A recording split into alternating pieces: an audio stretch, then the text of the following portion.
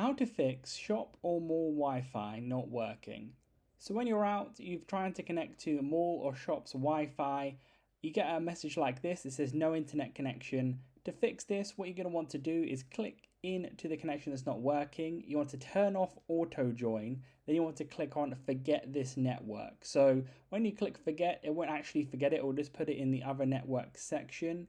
So however many Wi-Fi's you try to join that have not worked, you've got to do that for. So for instance, I'm going to do this one here too. And then you want to click on the Wi-Fi that potentially worked for you before.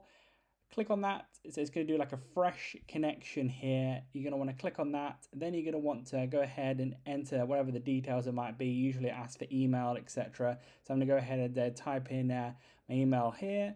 Then once you've done that, you want to click on go. You can accept it because if you want to use like a random email, it doesn't really matter, etc.